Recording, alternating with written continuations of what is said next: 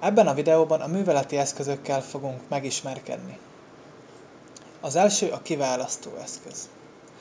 A kurzor egy nyilvánvaltát, és ezután kiválaszthatóak egyes elemek, tárgyak további műveletek végrehajtásához. Az eszköz gyors billentyűje a szóközbillentyű. A téglalapeszköz. Ezzel az eszközzel nyílik lehetőségünk négyzetet, illetve, mint a neve is jelzi, téglalapot létrehozni.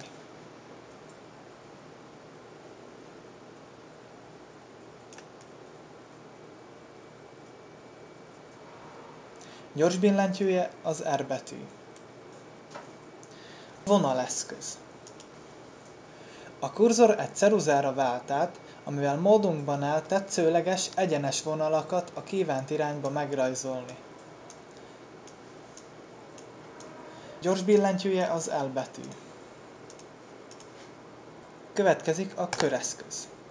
A köreszköz képes az általunk megkövetelt nagyságú kör létrehozására. Az első kattintással a kör helyét adhatjuk meg, a másikkal pedig pontosan meghatározhatjuk, hogy mekkora méretű legyen az adott kör. Gyors billentyűje a C betű.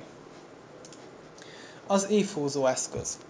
Az ívek és körvonalak megrajzolására alkalmas eszköz.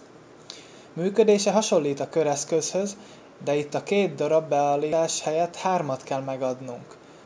Az ív kezdőpontját, az ív végpontját és a körvonal ívének a méretét. Gyors billentyűje az A betű. Következik a sokszögeszköz. A sokszögeszköz képes az általunk kívánt sokszög létrehozására. Az első kattintással a sokszög helyét, a másikkal pedig annak méretét adhatjuk meg. Gyors billentyűje nincs, az oldalsó eszköztárból vagy a felső menüpontból kell kiválasztani. A szabadkézeszköz. A szabadkézeszközzel saját alakzatokat rajzolhatunk tetszőleges irányban, formában. Gyors billentyűje nincs, az oldalsó eszköztárból vagy a felső menüpontból tudjuk kiválasztani. A mozgatóeszköz. A mozgatóeszközt a program egy kereszttel jelöli, amelynek a végein nyílfejrészek találhatóak. Használatával az alakzatok helyzetét, nyújtását tudjuk elvégezni, sőt, lehetséges másolni is a kiválasztott alakzatot. Gyors billentyűje az M betű. A pásztázó eszköz. A pásztázóval a kamera állását, nézetét tudjuk változtatni vertikálisan és horizontálisan. Működése egyszerű. A munkaasztalon bárhová rákattintunk, és a gombot nyomva tartva elhúzzuk az egeret valamely irányba. Ennek hatására az eszköz megváltoztatja a nézetet a programban. Gyors billentyűje a H betű. A térben mozgató eszköz. Ez az eszköz képes bármilyen irányba változtatni a nézetet a térben. Gyors billentyűje az O betű, továbbá az egér középső gombja, illetve görgetője. A festékes vödör. A festékes vödör lehetővé teszi, hogy az általunk rajzolt alakzatokat különféle színekkel, mintákkal lássuk el. Amint ráklikkelünk az ikonjára, megnyomjuk a B betűt, az ikon átvált egy festékes vödörre, és megjelenik egy új ablak, amiből rengeteg színt, textúrát választhatunk, és beszínezhessük vele a modellünket. Gyors billentyűje a B betű. A tolóhúzó eszköz.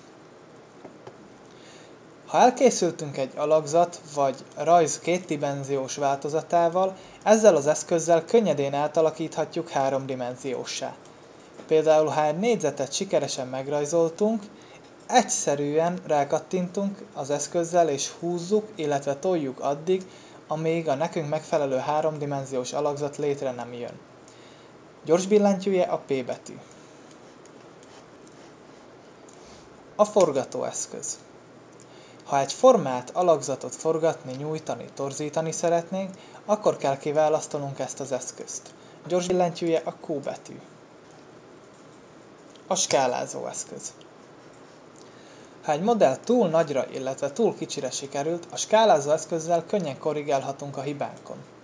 Mindössze annyi a dolgunk, hogy a kiválasztó eszközzel kijelöljük a változtatásra szoruló részeket, és megnyomjuk az S betűt, vagy a skálázó ikonját. Ezután már is módosíthatunk az alakzaton a zölddel világító kockák megfelelő helyrehúzásának segítségével.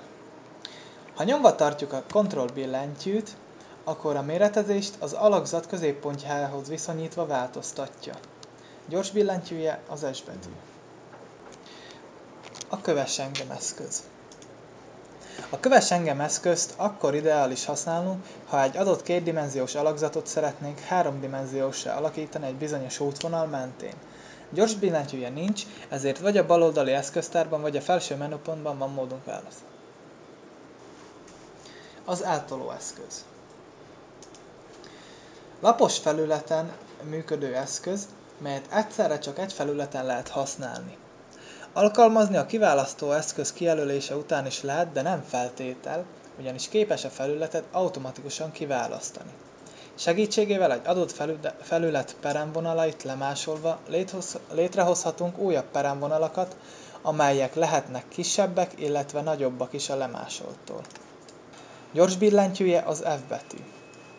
A mérőszalag eszköz. A mérőszalag eszköz távolságok lemérésére, vezetővonalak, pontok létrehozására vagy teljes modellek átméretezésére használhatjuk. Gyors billentyűje a T betű. A dimenzió eszköz. A dimenzió eszköz hasonló, mint a mérőszalag eszköz, de a segítségével a SketchUp-ban képesek vagyunk vizualizálni két pont közötti távolság értékét. Gyors billentyűje nincs, ezért vagy a baloldali eszköztárban, vagy a felső menüpontban van módunk kiválasztani. A szögmérő eszköz. A szögmérő eszköz a nevéből adódóan szögek meghatározására szolgál, továbbá bizonyos szögben beállított segédvonalak lehelyezésére ad módot. Ezt az eszközt a baloldali eszköztárban vagy a felső menüpontban tudjuk kiválasztani. A szövegeszköz. A szövegeszközzel a modellhez illeszthetünk megjegyzéseket. Az eszközt az oldalsó eszköztárban vagy a felső menüpontban választhatjuk ki. A tengelyeszköz.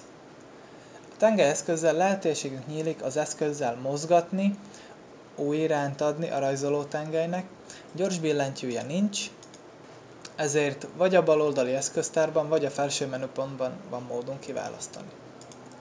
A 3D szövegek elhelyezésére szolgáló eszköz, amivel háromdimenziós geometriai alakzatot hozhatunk létre szövegből.